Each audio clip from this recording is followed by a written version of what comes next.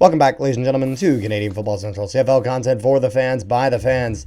And the CFLPA, the Players Association, within the past week has come out with their club report cards. So these are essentially an anonymous poll done by all the players in the CFL. Oh, nope. No. 381 players. 381 players in the CFL. 78 question survey. Are they selected at random or? So last year's was 495 players shared. Or is it just whoever with decides to do it? Question survey.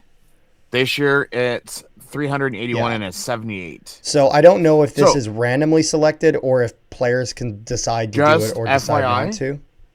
Just FYI. Okay. Active, practice, and IR. Yes. But essentially, this is a survey that the players can do. And with this, because of the anonymity, like because of that, the fact that this is anonymous in the sense of the league doesn't know which players did this, this is a way that players can speak honestly about the experiences that they had with their clubs. And with this, the Players Association releases this information publicly without they keep the anonymity, but they release the results publicly so that teams can do what they can accordingly with this information. Maybe something that they were ranked poorly on, they can improve, that sort of thing. So it's kind of a safe space for the players to really speak their minds about how everything is going. So we're going to go through all 9 teams. This may take a bit. We'll see. We're gonna try to be not take absolutely forever for this. If there's a certain team that you're interested in listening to, I'm going to be changing the background around me and Rick per team we're talking about. And we're going from west to east. So using that, if there's only one team you're interested in listening to our opinions on, you can skip to that portion of the video. But we're going to go through all of it. And then at the end, we're going to kind of give some closing thoughts on all of this. So with that being said, we are going to start with the BC Lions. So the Lions are going to be were evaluated on the same metrics everyone else is, which are coaching staff, football operations, ownership and business operations, facilities and equipment, therapy and medical staff, strength and conditioning, nutrition and diet, team travel, training camp, and treatment of families. Now, for starters, link to where you can find this. I'm going to have that in the description below. So if you even want to have this open on something else and follow along while we're doing this video, you absolutely can. And on the website, I just want to get one more thing. On the website, you'll notice that all of the letter grades are in 3 different colors: black, red, and white. Black means that this is the same grade that they got last year. Green means that they've improved on this grade since last year. And red means that they have regressed, that they have gotten worse than last year. So with that being said, Rick? I just wanted to say a quick few things just to quickly explain each one so that people know.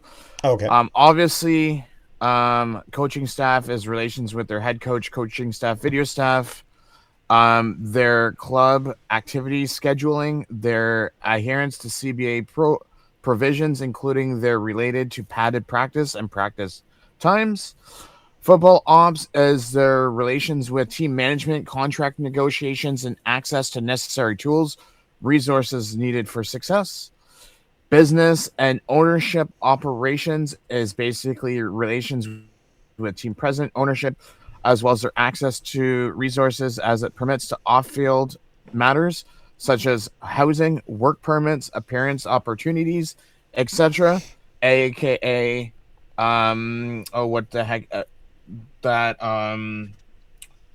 that marketing money. Yep. Facilities and equipment, that's basically mouth guards, gloves, access to football equipment, etc. Access to equipment, but then also facilities, so workout rooms, all sorts of stuff. Yeah, and their equipment staff. Same with therapy and medical staff. Same You thing, but know, just medical if they're based. working out, if their therapy staff's going to be available. Their strength and condition is basically players asked about their quality of their club's workout programs and availability and expertise of strength and conditioning coach. Nutrition diet's basically what meals their club provides and about quality of their meals. Pretty straightforward. Team travels were asked about the quality of their club's travel arrangements, road trips, flights, And also just the post ease at game which it is rest, to recovery, accomplish all that. Yeah. reimbursement to any travel expenses, etc. Training camp, you know, Training camp. rest, recovery, adhere to CBA practices, padded practices, housing during training camp, etc. And then obviously treatment of families. It's pretty that's much that's straightforward. pretty self-explanatory. Now, for starters, we're going to get with the Lions here. And the Lions looked at predominantly a step back over the past year. Now, another thing I want to make sure is clear about all of this is that these rankings, as pertains to their club, for example, if the player is on the BC Lions and they're doing this survey, their responses will only affect the grade of the BC Lions. Now, there are a couple of comments outside of the actual questions pertaining to a few things. We'll get that when we get to Edmonton specifically, which is talking about the experience of opposing players. But usually this is them talking about their own club's experience. So with the BC Lions, I'm just going to start by going through. We're going to start with the gray areas they improved. I think we should actually, Rick, I think the way we should do this, areas they improved, areas that stayed the same, areas they regressed. How does that sound?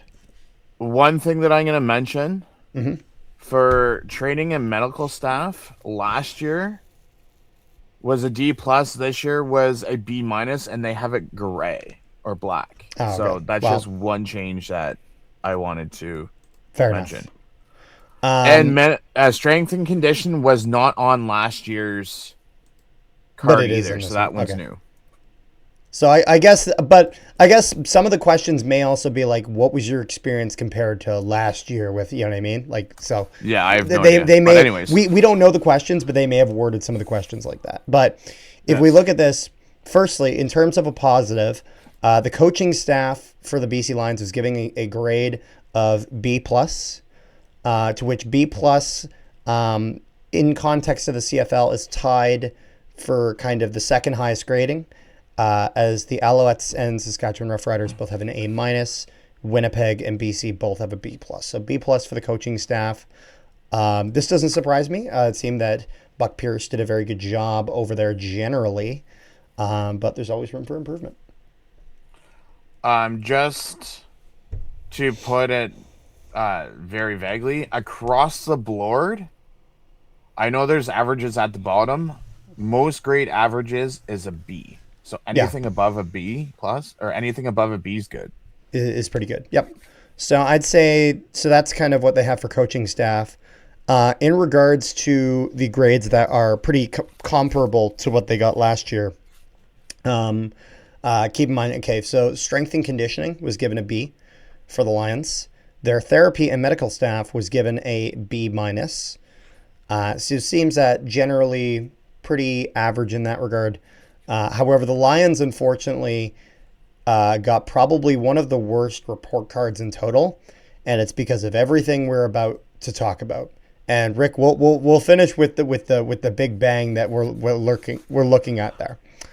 So Okay. starting with, they were given a grade of C plus for team travel. This is kind of the next lowest grade that they got, which is tied for worst in the CFL with the Montreal Alouettes, who also were given a C plus on team travel.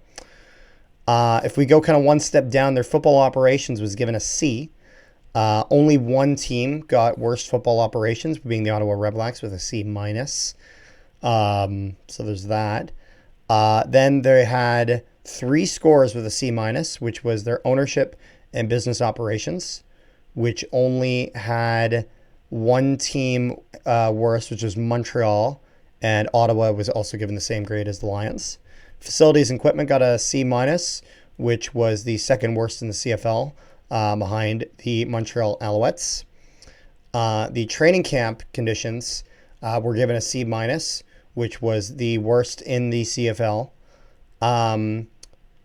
If we to go one step down, to arguably, in my opinion, one of the most important categories, treatment of families, they were given a D plus.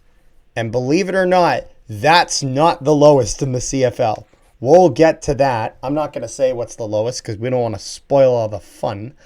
But not a very good rating for treatment of families. And their lowest rating comes in nutrition and diet, where they received an F. Pure failure. My thing is, they're pro athletes. They should know about diet and nutrition, regardless if the team offers it or not. To be fair, you have to realize a lot of the instances in which they're going to be eating, they're only going to have time for meals provided by the team. Like, for example, if they're on the flight, you can't go to a Subway when you're on the plane. Like, you know what I mean?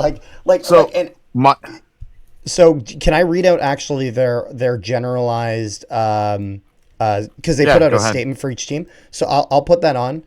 And it said, while appearances are paid, we are extremely under the market rate and not paid for travel time. So their appearances are paid less than a lot of other CFL squads, apparently. And they are not paid for their travel time, which is kind of ridiculous. Because if you think about it, their travel time, is it time off? Well, not really, because you can't just do whatever you want. Time off in my life, in your life, is when we're not working and we can do what we choose to. If I'm off of work, I can go home, I can lie down, I can enjoy myself, I can pop open a book, I can go and play a video game, I can call Rick and tell him about all the things I have problems with. But you can't do that if it's part of if you're going to be traveling. So the fact that they're not paid for that is frankly ridiculous. I'm curious. That definitely can't be Nathan Rourke because the amount of marketing money he makes. You're trying to tell me he can't pay for his own travel time. So we definitely know that's not a Nathan Rourke. Well, it doesn't matter who it is, though. To be fair, this applies for all the players. But then the next point that they noted for the BC Lions is small meals on the plane after the game. So bit of a strange way to do it. The overall nutrition of our team is very below par and what it should be for a professional team. Okay, so just a little bit of a note. CFLPA, if you can fix your grammar a little bit, not the best grammar in that sentence. The nutrition of our team is very below par than what it should be for a professional football team. Just a correction. Sorry, it bothers me. But Carter's gonna be a teacher down the road. Get your fucking grammar right. Good God. I had to write a big assignment before doing this, so I'm in that frame of headspace. This needs major improvement. Nutrition is 99% on the players here. So this is it. This is them basically saying that the nutrition, that the food the Lions provide is, for lack of a better word, shit. And because of that, the players have to take the burden of responsibility. So it's not that players don't know what foods that are the right foods for themselves. They don't know nutritional things. What the players are saying here is that, think about it. Players are given, like, if you think about even like wrestling, professional sports entertainment, whatever, they have access to catering. To food, all sorts of things. What I'm picking up here is they are saying that what we have access to is plastic shit. We don't have access to this, so we have to go out on our own to spend our money, because what they are providing, if we took this, would not be to the betterment of a professional athlete. One thing that I will say, though, is the whole small meals on planes. What do they expect? A fucking 3-course meal on a friggin' 3-hour plane ride? Maybe a small catering thing for 20 minutes before you get on the fucking plane. Is that too hard to do? I don't know. Like, I feel like there's a much better way you could have done that. Small meals on the plane seems very weird. Like, I'm not going to lie. For a professional sports team, that's odd. Imagine just hear me out here, okay? Yeah. Imagine the New York Islanders or whatever are getting on the plane because they're getting ready to go to LA, and then they're like, okay, well, we can either we have this place in the arena, it's got everything set up, catering, you can get whatever food you need, got to be on the plane by this time, whatever the fuck. Yeah. Imagine they're like, okay, guys, you know what we're going to do? We're all going to get on the plane and we have these little packages and they have your name on them. And you can eat these things. It's like, do you understand how it sounds? Like, it sounds kind of, sounds like something you do for fucking peewee hockey. I'm sorry. Or this is what you do. And this is something I would fucking do. Pardon my French. Uh-huh. I would be going to the catering, grabbing a fucking Tupperware container, stuffing it with food, and taking it on the motherfucking plane. Here's the problem. It doesn't sound. I don't think the players have a problem with that approach. It just sounds like the options they have are terrible, and so they have. No, I get that. I'm just saying to your example of catering. No, that's fair. The game. That's fair. Now it does say as a positive, the new S&C has been the biggest improvement year over year. So that's the strength and conditioning. I was just gonna say what the F is. S&C. Okay, gotcha. That to me that sounds like strength and conditioning. Okay. So that would be the Lions. So that's kind of what they got. Shall we get to the next one? Sure. All right, so let's go to the Calgary Stampeders. Now, getting started in Calgary, they're looking at a very mixed report card.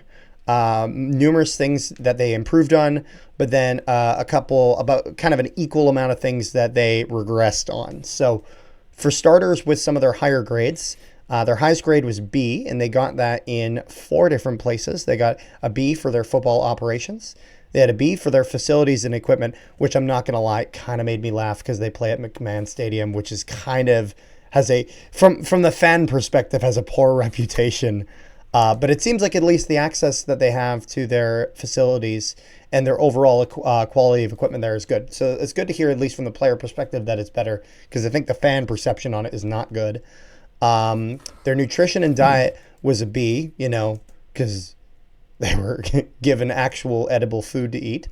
And their team travel was given a grade of B as well, which is good to hear, just because I imagine it's a little bit, you have to imagine that it's a bit more difficult for the teams in the West, just with the cities being just a lot further apart than they are in the East. So the team travel being very good has got to be an important factor. So all 4 of those got a B, which is pretty. Again, B is pretty average grade throughout the league. So absolutely nothing wrong with that. Shall I get into the next kind of category, Rick? Sure. All right. So our next lowest grade. So these are the 2 grades that are in the black tier. So kind of right around where they were last year, roughly. They were given a B- in training camp, which is actually one of the better grades in training camp. Not the best grade, but they're kind of like in the middle-ish, doing decent with that. And then they were given a C+ for their ownership and business operations. Ownership over there, just from the fan perspective, is being kind of a little strange in terms of direction. So I'm not exactly surprised with this being a C+. Which is actually, this is a category that a lot of teams didn't do that great in overall. So that seems to be around average, actually, if you look at just that category. But then they have 1, 2, 3, 4 big areas where there's clear regression from last year. Which, if we look at the first one here, being unironically one that's in red, is the coaching staff is given a B-. But it is in red, so it must have meant that last year they were praised pretty well for the grades from their coaching staff. But they got a little bit lower this year. Their strength and conditioning was given a C, which is the second worst grade in the CFL. The only one with a worse grade was the Ottawa Redblacks. And then there were 2 grades that they received a D+ in. So, not just a little bit above failure, not quite. One of them was their therapy and medical staff. They were given the worst grade in the CFL with a D+. And in their treatment of families, they got the same mark as the Lions with a D+. So not a good look there. Again, treatment of families, in my opinion, if I was a player, that would be my most important thing there. So that's pretty disappointing to see. If we kind of take a look, So yeah. I was gonna say before we go on to the next one, I can clearly say you would, if you were a player, you would not be going to Calgary or BC. No, no, I wouldn't. No, and there's one other team I wouldn't be going to, but we'll get there later. And funny enough, it's not Saskatchewan. It's not Saskatchewan. I know, but just because I know as a Bomber fan, people may assume that. But if we look here at the next part, and this is just kind of the description that they gave for Calgary. The training room needs more therapists and ATs. Needs more. Is that like athletic trainers? Assistant trainers or athletic trainers? What are Because it's therapists and athletic trainers, right? something like that.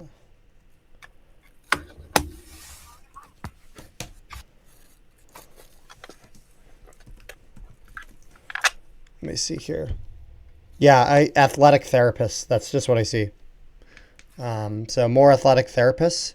The training room needs to stay open a little longer after practice is over and lifts and done. So it sounds like a lot of the players would love to use this after practice, but it's actually not open a lot.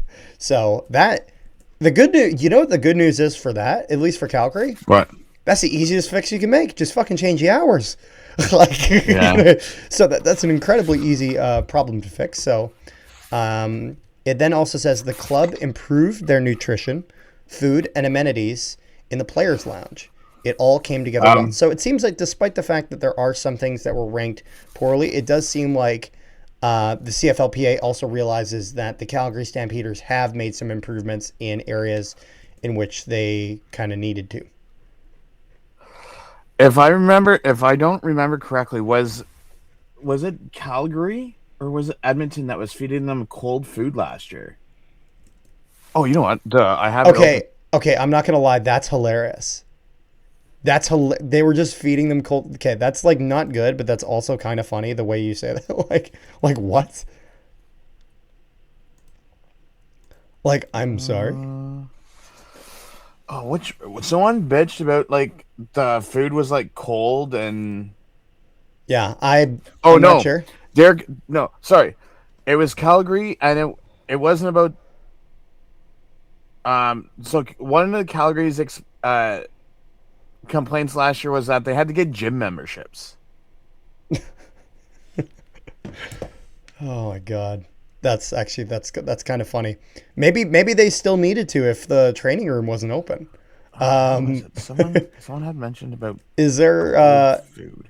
is there anything else that we should talk about with No. Calgary, or shall we get to the Edmonton Nope. Elks? We can get All to the right. Edmonton Elks. Moving on to the Edmonton Elks. The Edmonton Elks did. It's funny. Their average grade is a little bit lower. However, the things they did well, they did extremely well. So, firstly, for starters, the Edmonton Elks received the only A plus in the entire survey out of all teams. They received this in team travel. So it seems like their travel amenities and is just very good. Seems like it's just very easy if you're there.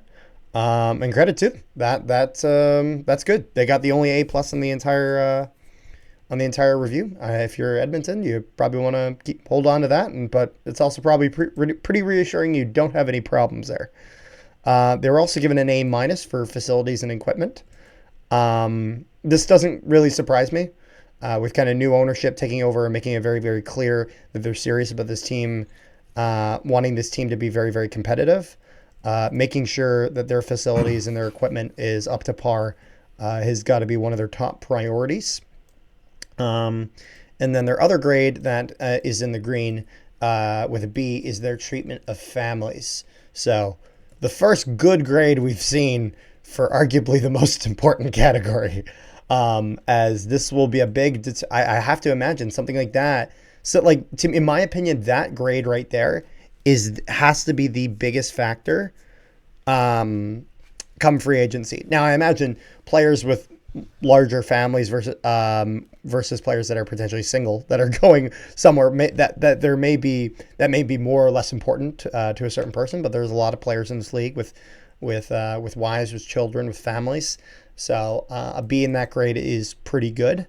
Going into the black tier, there's two other grades actually of B as well, but they're just in the black tier based on what they got last year. That would be for their coaching staff as well as their strength and conditioning. So in that point, they're basically right on par. Not the best, not the worst, just kind of average. You know what I mean?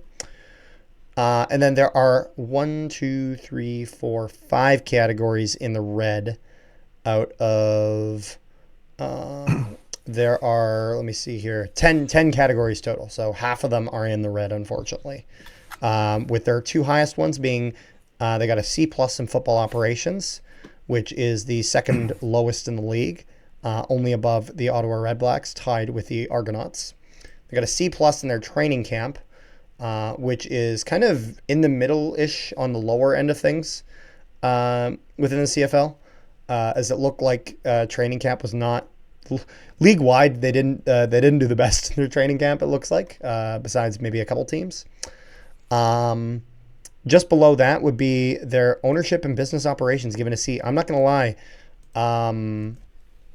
that's got to be pretty disappointing if you're Edmonton, as this is like a new turnaround. Of course, Larry Thompson by the team before he had passed away, and they're looking to gain some sort of vision. Now, to be fair, I have to imagine that him passing away made this a little bit difficult, as there's probably a lot of discussion on exactly what was going to happen, where this team is going, as it was predominantly him with that vision.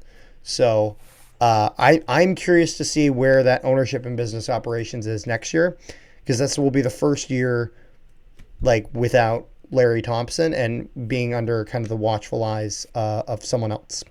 So I'm curious to see where that moves for next year. They got a C for their therapy and medical staff and a C minus in their nutrition and diet. The important things, though, is because I think the comments on the clubs below is actually probably the biggest indicator of things, because they talk about specific issues. You know what I mean, Rick? But what they had mentioned is, firstly, terrible rehab planning and extremely inconsistent. Lack of useful feedback in order to progress from being injured. So it sounds like players are kind of a little bit left in the dark regarding this, and they just would like to really get a bit more clarity on some stuff. Lack of treatment to both injured and non-injured players. Yeah, that's not a good look. Yes. Before you go on to the next comment, I found the one that I was looking for last year. Oh yes. So before you read the next one, this was Edmonton last year. Need better food for practice and after game. Cold pizza is not good enough. Cold pizza. Oh God. That was Edmonton last year. Okay, now go ahead and read this one now. Food before and after practice was the best it's been in years, but you have to pay for it.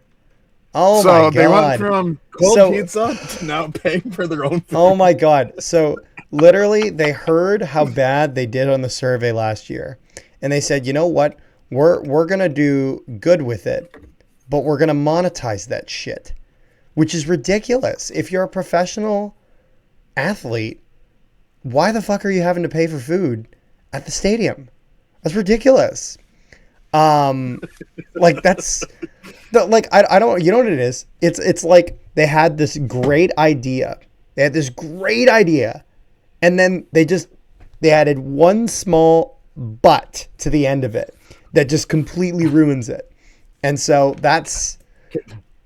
Could you imagine going to practice and be like, okay, we have food here, but you have to go up to the concession stand. And I understand some people being like, oh, seriously, like, you know, we all have to pay for food. Why do they not have to?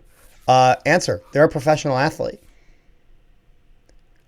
Simple. So, they're a professional athlete. This is the team. They should be providing this shit. They should. If that was me in Edmonton, I wouldn't be buying that. I'd be paying for my eating at home, eating my own groceries, so that I don't have to pay for it at the stadium. Oh, I bet you would. There you go. Start the revolution. Grab the flag, Rick.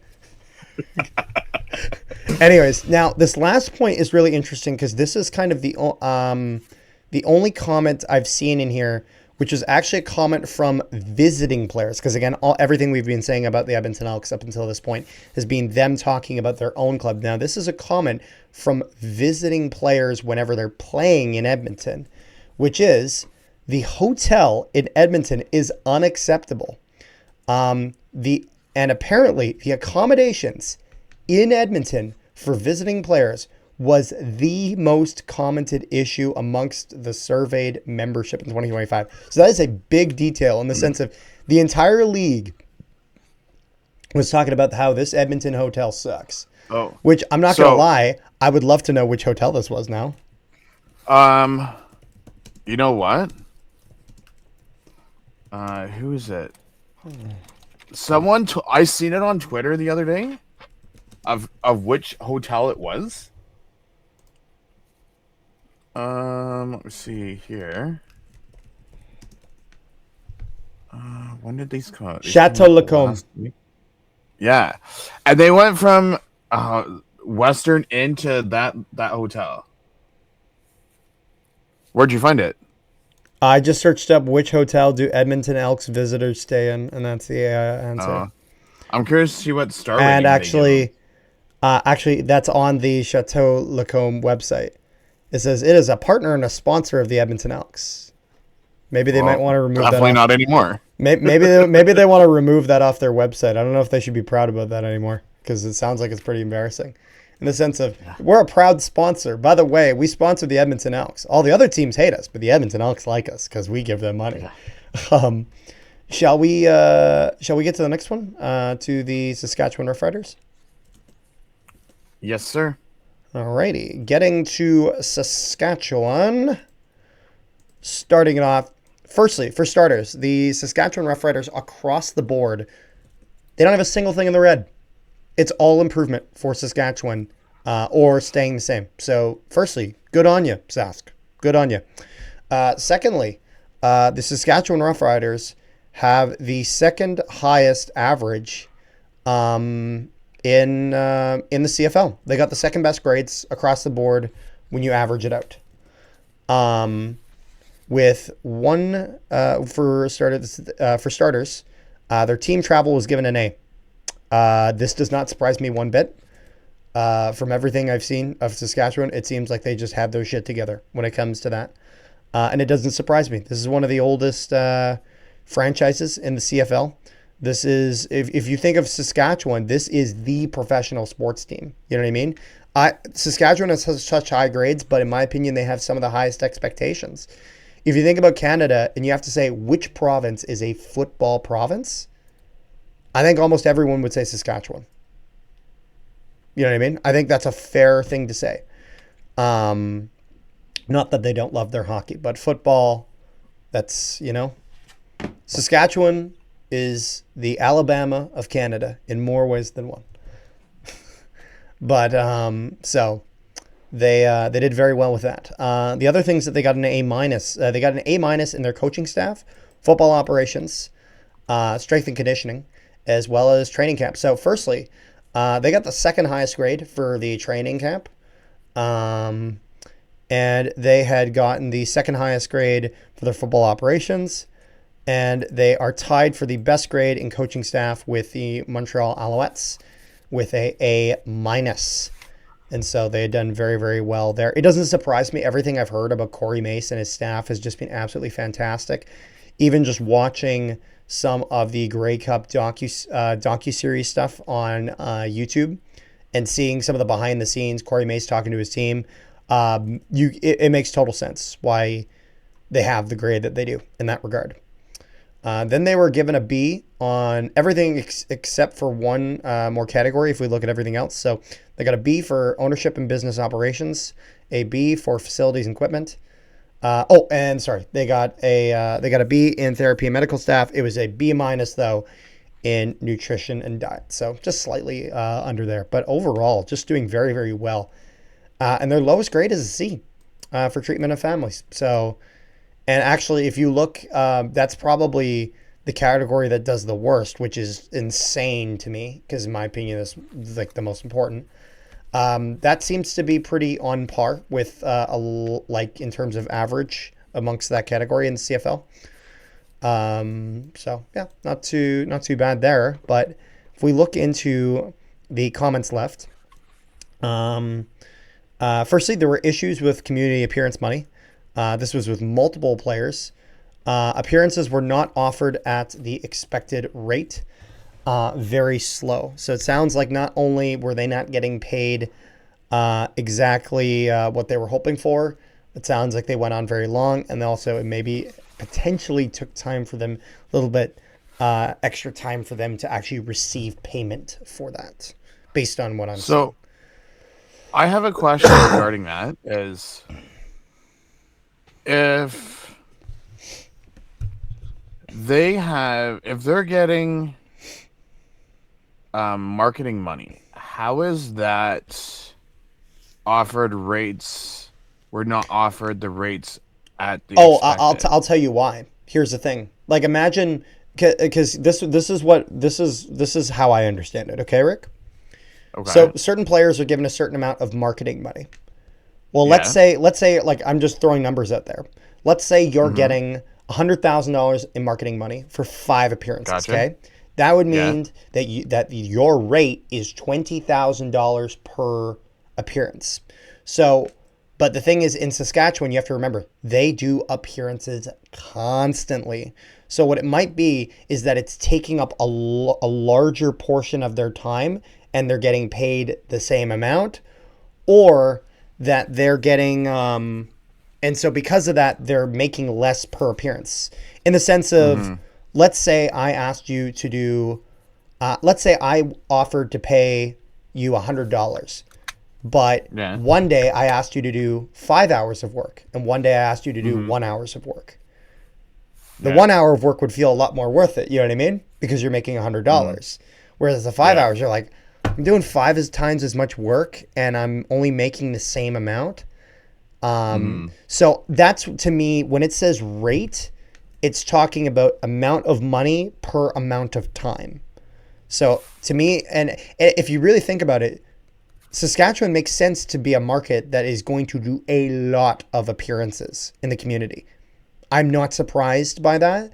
So with appearances not being offered at the rate expected, I can't say I'm too surprised by that.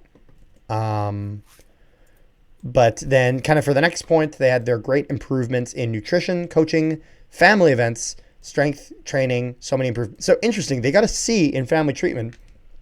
However, it mentions here that there are family events and whatnot. So obviously, they didn't do too badly in that regard. And it said that the strength and conditioning staff really leveled up. So Saskatchewan had a very good grade and did pretty good across the board. Is there any closing comments you have on Saskatchewan before we get to Winnipeg? Not really. All right, Pretty going straightforward. to Winnipeg. Winnipeg had, on average, I'd say, appears to be about probably the third best in the CFL on if you average out all of their grades, behind Saskatchewan and Hamilton.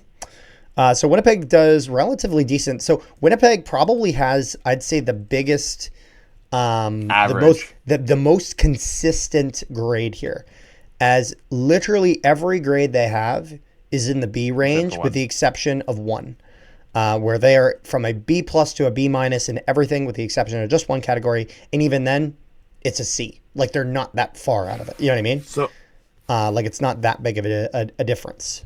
Yeah. I have a question for you. Mm-hmm. I don't know if you'll know the answer to this or not. Does the Bombers have their training camp at a university or at the stadium? I'm not exactly sure, because you have to realize that the IG field is on the University of Manitoba campus. So I'm not sure if their training camp is within that stadium, or if they Oh, use okay. some of the practice fields next to it. It would be on the same Mm-hmm. campus though. There's no way that they would Mm-hmm. go anywhere off campus for that. So if we start here, Their highest grades they got in three different categories. They got it in their coaching staff, a B plus. I'm a believer that Mike O'Shea is the best coach in the CFL, so that does not surprise me. This is also one reason why Winnipeg has done relatively well at being able to retain talent over the years, as they had probably one of the lowest turnaround in terms of having to rely on pulling guys in from free agency across the league. So it doesn't surprise me that they do very well there. They got a B plus for facilities and equipment. A lot of the stuff that they have in Winnipeg is, top of the line. Brand new. It's brand new. The stadium's brand new. I would expect that a stadium that opened in like 2016 is gonna have some of the nicer toys that not all the teams will have. You know what I mean? So that does not surprise me. B plus in the therapy and medical staff. I could be wrong, but I believe they also have the benefit with them being on campus and them being with the university. I think there's been some level of coordination between the Bombers and the University of Manitoba in that regard.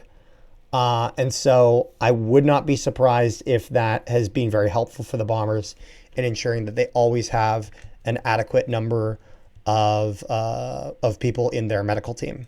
So that's good to see. This is also good when you have Zach Collaros as your starting quarterback. You need yourself a good medical staff because they're going to have a lot of work to do.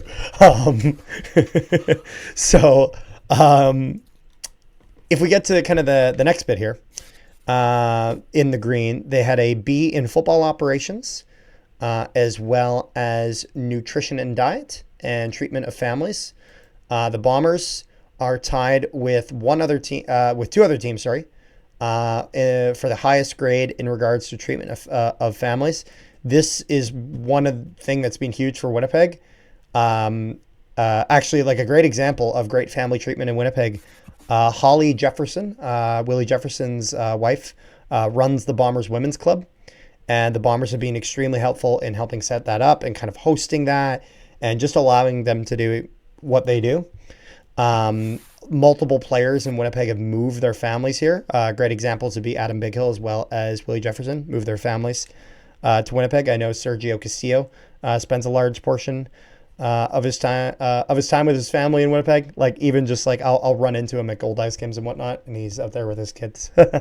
And so it seems like the treatment of families in Winnipeg is very good. Their nutrition and diet also has a B. And yeah, football operations, as I mentioned before. They get one B minus, but it's still in the green, and that's their ownership and business operations. If you asked Valor FC what they thought of that, I'm sure their grade would be very different of the Bombers' ownership. But the Bombers, very much a fan of their ownership. They had one that was just in black tier, which is their strength and conditioning. So there's that. However, the two things that took a hit were the Bombers have a B in team travel. However, that's red, which means that they must have done extremely well last year. So took a small hit in their team travel, but still a B. So nothing to be concerned about, I'd say. And funny joke on that is last year they were a C plus. So don't ask me how they're red. Oh, yeah. Well, beats me then. We'll take a look at the comments though afterwards to see exactly where that lies. And then their training camp, they were given a C for, and based on what we're about to talk about, well, explain you can see that this is definitely the biggest issue that they were having in Winnipeg. So, first problem. We wore pads every single day of training camp, as well as 0 days off in training camp. So some people might be like, you wore pads? It's football. Of course you wore pads. To which I would say, yes, you do wear pads in football. This is true. Thank you for making that observation, if you did. But commonly what happens is there are certain practices where players are not going to be in their pads and they're not going to be at full contact. The reason a lot of football teams do this now is that they're able to get their practices in without the risk of an injury. This is also why Winnipeg dealt with, especially if you look at their D-line, they dealt with 2 or 3 guys in that depth rotation getting injured in training camp. Multiple guys. I have to imagine that them wearing pads and being at full contact every day of training camp is going to be a factor to that. So Bombers should make some level of tweaks to that, especially since with there being no days off, if there's any day where when you're at full contact, if you do get kind of roughed up, it doesn't sound like they have the ample time, like rest time, to even kind of heal up a little bit. So that sounds like a bit of a problem. Now, despite their travel being in red, it says they have upgraded our travel. So why it's in red beats me, but it seems like it's looking very positive. They have updated our eating area. They have upgraded our players' lounge. They have added an additional athletic therapist. So lots of things that the Bombers had improved over last year. Our club provides babysitting during home games and post-game food, which is staffed after home games in suites area.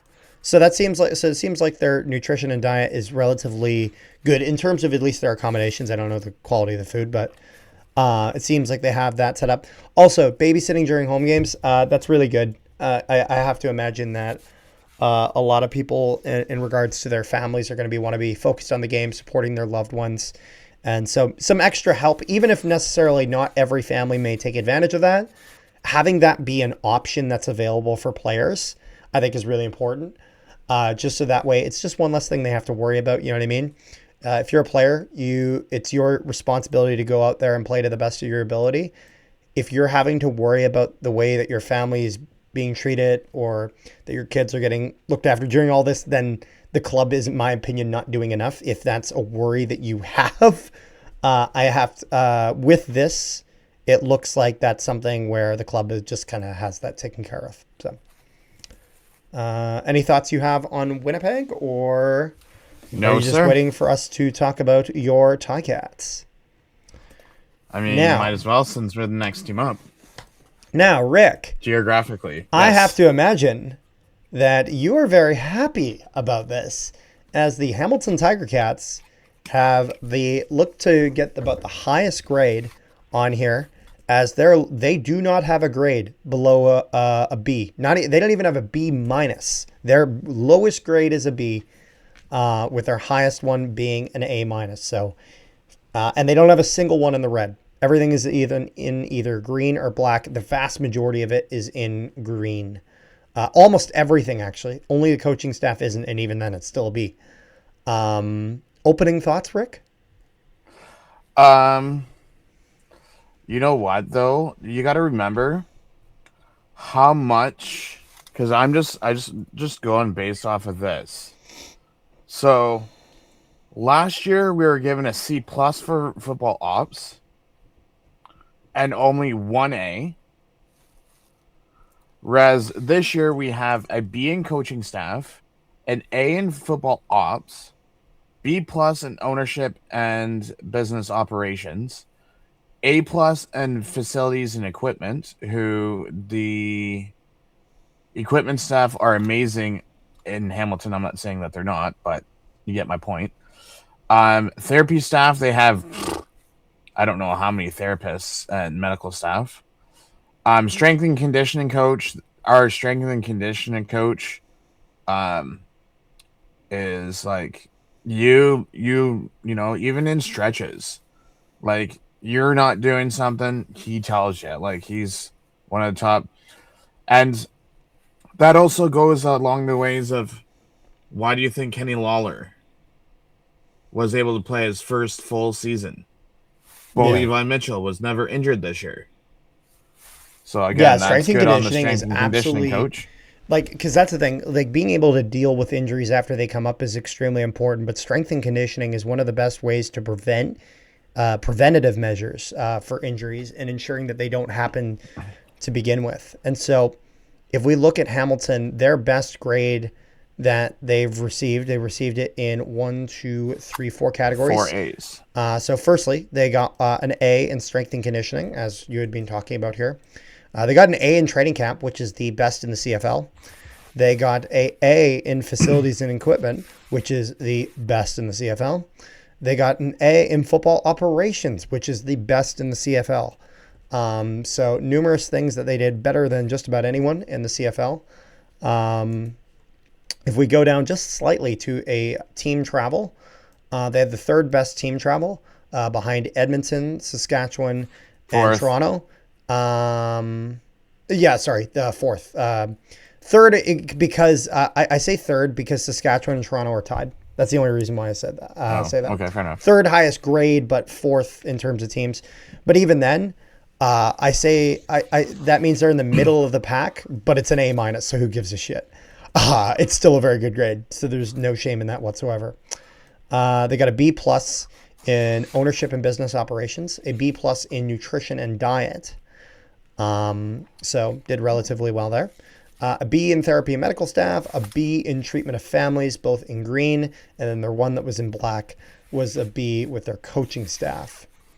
In regards to the comments made, all it says is it's very brief. It's the briefest one on the NHLPA. My club ranked highly last year and still elected to make improvements. This club is the class of the CFL and go beyond the call of duty. They even hosted Thanksgiving dinner for the players and their families. That's got to feel pretty good if you're a Ticats fan, knowing that your players are really well taken care of. Two things that I wanted to mention. Mm-hmm. First off, for training camp, if you picture your guys' stadium, so from your stadium to probably where your guys' parking lot is, that's how close the dorms are to the stadium. That's good. Field when they're in training camp. So it's not that far away. That's very good. There's when I've gone to training camp this year, there's always 20 to 25 fans there. Fans take 5 minutes before camp just to talk to fans and interact with them. That's pretty cool. The one thing that I will say that I can't speak for everyone, but from with what I've heard, when it comes to treatment of family, there are people on the team that had to get help with their children as far as special needs and things like that. So the team went out and found them special schools to go to. That's fantastic. And things like that. So if people are wondering why Ticats are tied with Edmonton and Winnipeg, that's why. Another one is where I sit. The next section over is basically what I call the family zone, because all the players, friends and family of those players sit in that section. So, all fans or all family of the players all sit together. So I mean, I've never heard a bad thing from. That I've heard anyways of way player. Well, obviously I wouldn't hear it from the players, but from the whispers, I've never heard anything bad anyways. Yeah. So if it was to come down to between the top two teams in the grades so far that we've discussed, I'd say Hamilton Sask. You can bet you that if it was based off of these grades so far, we still have 3 more teams to go over. But you can bet that teams would be going between Hamilton and Saskatchewan with grades. And I'd put you guys in second. Only because of how close Hamilton and Saskatchewan are. That's fair. Yeah. Shall we get to the next one? Down to the QEW? So we're now getting to the Toronto Argonauts, which Toronto got probably the biggest gap, one of the biggest gaps in terms of their grades, from their high grades being very, very high, doing very, very well, and their low grades being pretty damn low. For starters, and I'm not gonna lie, I'm a little bit surprised about some of this, but when we get into the comments afterwards, hopefully that will kind of give us a little bit of clarity on why this is the case. Their 2 best grades came in their therapy and medical staff, as well as their team travel. They got an A in both of those. As well as an A- in strength and conditioning. So team travel, firstly, this I have to imagine is probably a benefit of them being owned by MLSE. MLSE, of course, owns the Toronto Maple Leafs, Toronto Raptors, as well as Toronto FC. They have multiple other sports teams. They've team travel. They've done it at the most elite levels in sports. So because of that, they have access to a lot of resources. So I imagine that because of that, it means that they just applied whatever model they have for that onto the Toronto Argonauts, and so because of that, it's done very well. However, you can see certain areas where things were not applied.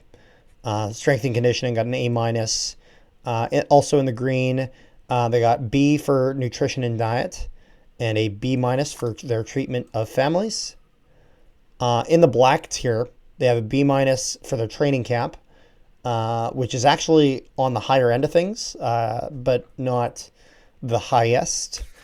They got a C plus in their ownership and business operations, which seems to be pretty average. And then they had 3 grades that were in the red. For starters, their football operations was given a C plus. Their facilities and equipment was given a C plus. That surprises me, that one right there, simply because of the fact that, again, they're owned by MLSE. That financially, there's no reason that should be the case. There's the thing. Once you get into the comments below, you'll find out why that facilities and equipment. Oh, I'm sure we will. And their coaching staff was given a D plus. I'm shocked by that, considering how well Mike Miller did with those quarterbacks and how respected Dinwiddie is. But then again, here's my thing though. Dinwiddie going out on a presser and kind of railing into them near the start of this year, basically saying, because I mean, he basically is saying, like, our own team sucks, because he was like, oh yeah, one of our offensive linemen came back when it was this weight. I don't know what he was doing all summer, and I was like, well, that's not going to really give you a great relationship with your coaching staff. Not only that, but I mean, when your coach comes out and says, oh, this person's coming back for this week, and then he doesn't, then he's like, oh, he's coming back for this week, doesn't. So let's take a look at these comments, because I think this will maybe give us a little bit of clarity on that. Sound good, Rick? So firstly, sounds good. The practice field is not the best. It is city run and not maintained very well. We sometimes have to travel further for practice, sometimes over 20 minutes. So okay, so to explain this, hold on, let me explain this. So to explain their practice facility, kind of picture this. So where the stadium is, there's the GO train stop. Okay. You got to go underground, walk to the other side of the GO train, probably walk, I want to say 2 to 3 blocks to get to the practice field. So, I mean, depending on... Well, and it being city run is really strange in the sense of the fact that they really should... Like, the Argonauts should really... not. The Argonauts should really own their own practice field. That to me sounds like a relationship that is problematic.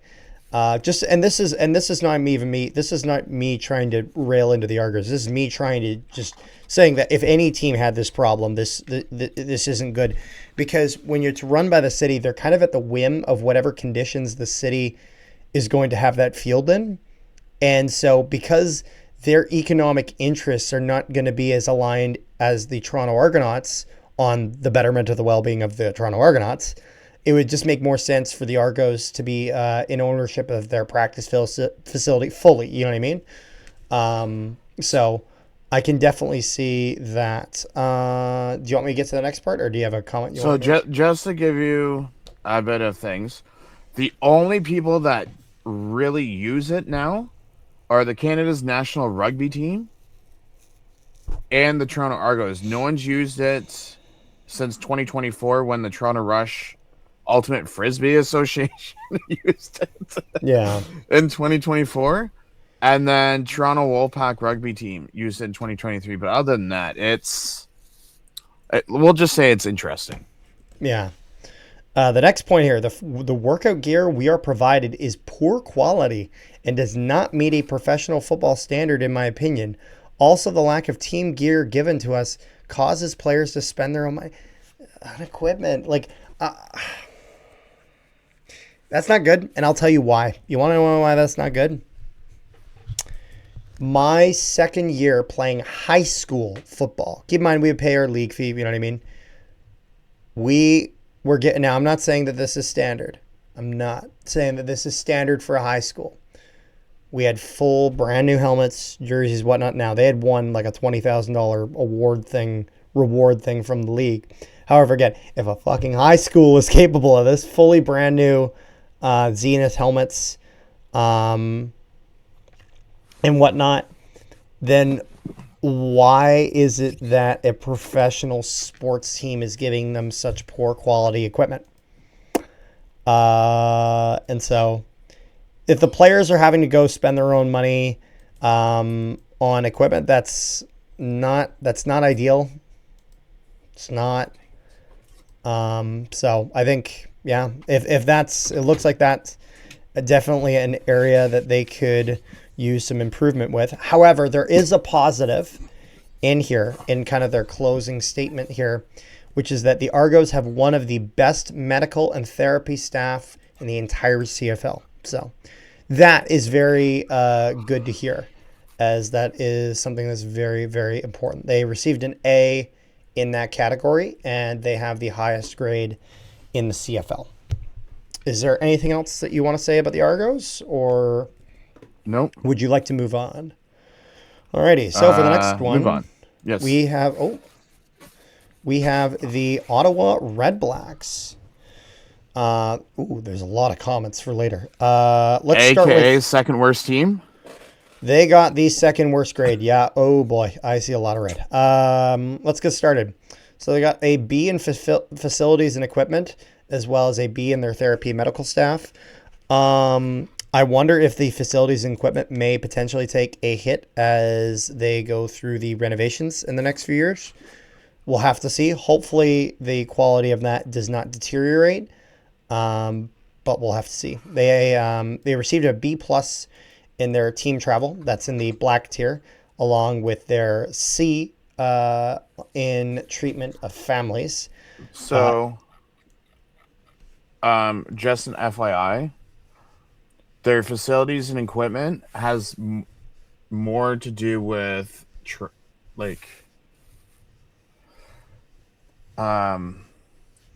training camp and facilities kind of have to do hand in hand, because what I was just reading.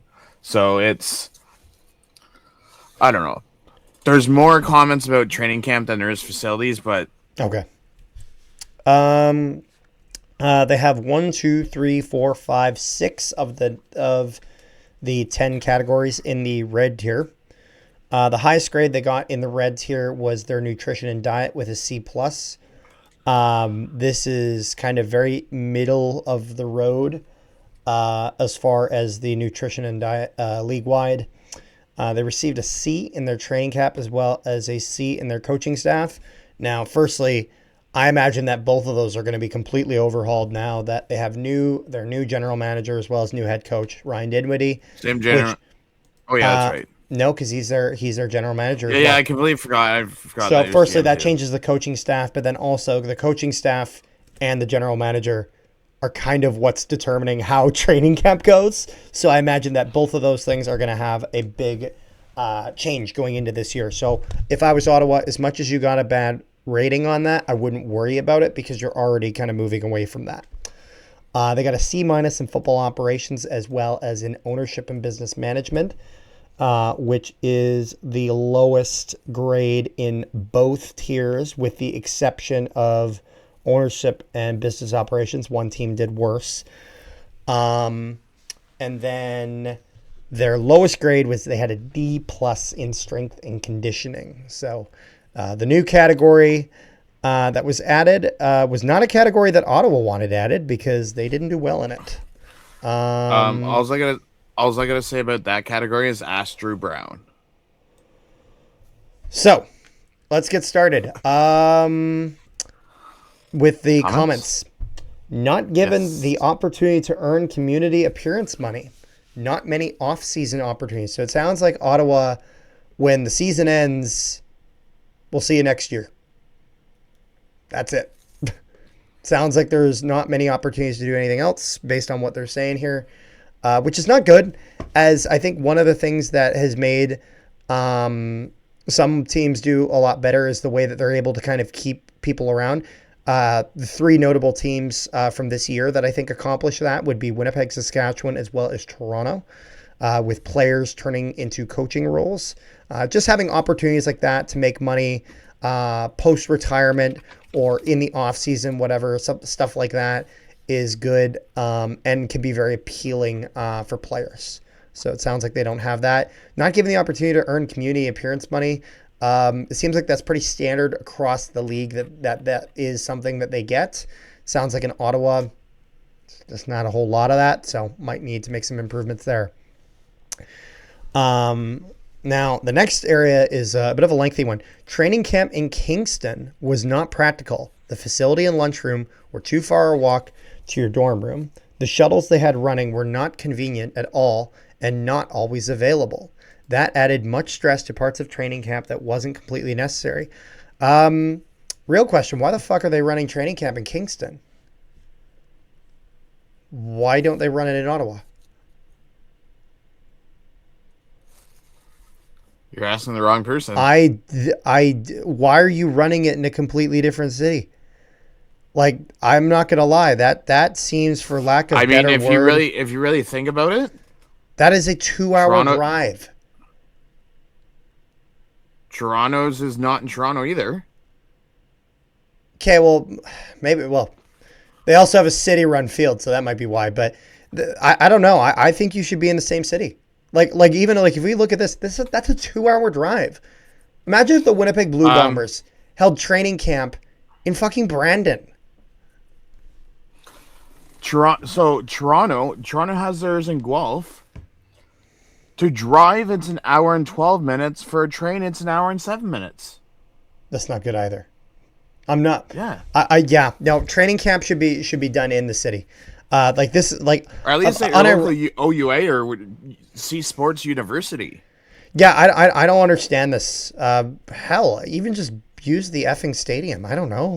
Go to Ottawa GG Stadium. Like, I don't know. Like, figure something out. Like, I don't see this. And this is all connected in the sense of, if you're going, think of it this way. If you have a professional sports team that is not, that is doing training camp not at their facility and doing it somewhere else, you can't be surprised when the facility isn't to the grade of a professional sports team. You know what I mean? Like, if you're the Ottawa Red Blacks, the expectation for your stadium is that you have it up to par of a professional sports team. If you're choosing to run training camp at, say, a college or university building, the expectation for the university building is that it's built to the specs, is built to the expectation of a university level experience, which is not the same as a professional sports team. So because of that, it's going to be looked at more negatively because you're moving the goalposts. You know what I mean? But I mean, even if you say that, okay, so from Hamilton's to McMaster Stadium, you're talking maybe 30-minute drive from my house to the stadium, and I'm a 15-minute walk to Hamilton Stadium or a 5-minute drive to the stadium. So. And them having a bunch of stress about when shuttles are running, and they're getting stressed about this when they should be focused in on training camp. That's not good. Then at the bottom it does say, our equipment staff is always extremely helpful and provides to their best ability to get what players need or request and point players in the right direction. Best group by far. So sounds like the equipment staff is very helpful. I don't know if it's best by far because Winnipeg, Hamilton, and Edmonton all have. Yeah, what the fuck? No, it's not. There's 1, 2, 3 teams all ahead of it. So I'm sure it's probably good, but it's literally, if it was the best by far, it would have the best rating, but it doesn't. Do you want to go with the last team? Oh, yeah, and talk about ending this with a bang. We're going to end this with a bang, don't worry. As the Montreal Alouettes had very high highs And my God, they had low lows. As they have 3 grades in here that are just Some of them are unacceptable. justified. But one of them is unacceptable. So, firstly, Yes. they got their highest grade was in their coaching staff. They got an A minus. This does not surprise me. Understandable. Jason Moss, Noel Thorpe, you got some damn good coaches in there. And that's one reason Montreal has been a draw for some talents. One reason that this team is looking on the upswing. They better hope that that holds a lot of weight with players come free agency, because there's some stuff here that can seriously hurt. Going down one, they also got a B in football operations. There's that. They got a B minus in nutrition and diet. And that is it for the green tier. In the black tier, there's only one. They got a B minus in training camp. So pretty average there. And now we enter the red tier. They got a C plus in travel. This is tied for worst in the entire CFL with the BC Lions. They got a C in their therapy and medical staff, which is not the worst, but it's on the lower end of the spectrum. Yeah, tied for second worst with Edmonton, with only Calgary being worse. Then there are 2 D pluses. One of them is ownership and business operations, which Worse that than one in the group surprises me a little bit. Facilities and equipment is a D plus. This does not surprise me one bit. They're at McGill. It's a dump. It's just they need to. Maybe when all that work's done at Olympic Stadium, they move back there. Who knows? But let's talk about the big elephant in the room. The big elephant in the room. They got a fucking F on treatment of families. Like, what are they doing? Are they holding them hostage? Why do they have an F? Like, you know what though? Like that. How do you? An F? Oh. You know what an F reminds me of? Is think of being a sports fan and trying to get a hold of some type of ticket people to buy tickets, and you can't get a hold of a ticket rep, and you're treated like shit. That's almost like treatment of players' families for an F. Yeah, no, and that, in my opinion, is again has to be one of the most important categories. And it looks like the Alouettes have pretty much a failure on every level at that category. That's not good. That's not good at all. That's actually extremely problematic, as this is kind of described. Family support and treatment on game days is non-existent, and in my opinion, needs the most. So it sounds like, again, players are stressing this is the most important thing to us, and they're not doing it. Now, if there's anything good that can come from this, you know what it is, Rick? If this isn't a fucking wake-up call, I don't know what is. I don't know what is if this isn't a wake-up call. After you're done reading the comments, I have something to say. Then, below, it says, not enough trainers and attention to detail. So it sounds like the trainers they have are not bad. There's just a lack of them. They need more. Lack of training. Yes. Attention to detail. Yes, this is true. Lack of machines that are up, that work and are up to date. That's a facility thing. They just need to get out of McGill. That's just they need to get out of McGill thing. And you know what the sad part about this is, Rick? Do you think that's improving next year? Fuck no, because they're paying $2 million to change that turf out. So that's where the budget is going.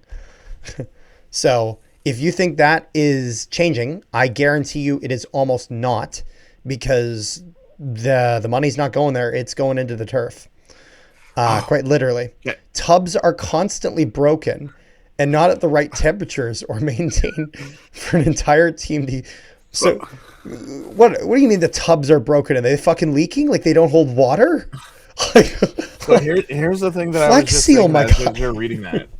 Here's the one comment I wanted to mention as you're reading that. Oh, God. Have you ever seen the movie Major League Baseball? No, I have not. Oh, my God. Okay. So the very first movie, the owner's trying to steer the team to shit. So she's not replacing any of the therapy equipment. So what do? They take the tub, the steel tub, and they put a fishing boat motor in the tub and turns it on. So that's how you get your tub working. But like, what is this? Tubs are constantly broke. How do you break a tub? And not at the right temperature maintained for the entire team to use. No. How do you break a tub? Like, does it not hold water? Did you fucking crack it open? How do you break it? Like, I understand if it's a little worn down, but broken? Did somebody take a sledgehammer to the tub? Like, did Triple H go use the tub and forget his sledgehammer in there and it broke through? Like, what happened? Please let me know. I don't understand this. Lack of, and not at the right temperatures are maintained for an entire team to use. Oh my God, a water heater, a fucking water heater. Like, like this is such basic level shit. Like, good God, guys. Like next year we're gonna hear that the Alouettes toilets don't flush or something. Like, what's going on with this? The toilets overflowing. You see little things of shit all over the floor. Like, training room needs a lot more work to keep professional standard. So actually, you know what I gotta say? The Alouettes don't have. I don't know if they have the lowest average. They might. There are other teams that do pretty poorly as well. Like. I would say BC's is lower, but at least BC can say, the comments say, oh yeah, their strength and conditioning has been a biggest improvement. There's not a single positive thing in Montreal. All we learned is that their family treats them like shit and they can't take a bath at the game because it can't hold water. Okay, the only good thing about Ottawa is that they have good equipment staff. So they're lucky them. Lucky them. So you mean the best in the league that's actually like fourth best or third best? So here's my question to you. And for people that are listening, people in Montreal, I don't mean this in a bad way. I'm just going by off of grades here. So if the team has an F in treatment of family, do you think people go to Montreal more for the money than their own treatment of their own family? Well, actually, I'll tell you. I'll tell you what's going to happen. Montreal is the top destination for single bitches in the CFL. Because if you got a wife and kids, you ain't interested.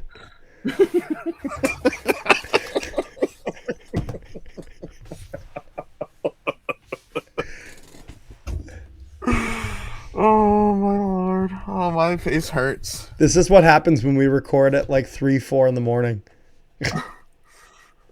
Talking about bitches in Montreal. Yep. I will say though, off topic, apparently I've heard that Montreal is some of the best strip clubs ever, so that wasn't what I was saying. Oh my God, that wasn't what I was saying. I meant that they didn't have family that they needed to get seats for. Jesus fucking Christ, you and your mind that's filled with filth. You said all the single men are going there, so if they're not single and they don't have women, there you go. That explains everything. Let's go. Let's get back on topic, please. Yeah, please. Oh my God. Oh, Jesus Christ. But honestly, though, with treatment of family, I can tell you, not Montreal, even though they have Davis Alexander still, not Montreal, not Calgary, and not BC. Anywhere else is fine. But yeah, those three. Those are, although I will say BC, I really am surprised at their business and ownership and business operation, because the ownership has done a lot to improve the conditions for the fans in BC. There's been a bigger improvement on the fan side of things, but it doesn't look like Amar Doman has made all the necessary changes for the players and whatnot. So I'm curious to see if maybe that turns around. But league average, by the way, I just want to say this. League average for each of the categories. And then this is just going from left to right. This is not best, worst, whatever. Coaching staff, B. Football operations, B-. Ownership and business operations, C+. Facilities and equipment, B-. Therapy and medical staff, B minus. Strength and conditioning, B. Nutrition and diet, C plus. Team travel, B plus. Training camp, B minus. Treatment of families, C. So that's what appears to be the league averages for all of So, the things. um, one last question before we wrap this up. I do have a curious question for you. Outside of Winnipeg, Saskatchewan, and Hamilton, which one's grades shock you the most? Definitely BC. With them having their new ownership and seeing how much they've improved the fan side of things, I think there was a part of me that expected that to extend to the players' end of things, and it does not appear to be the case. Well, That surprises me.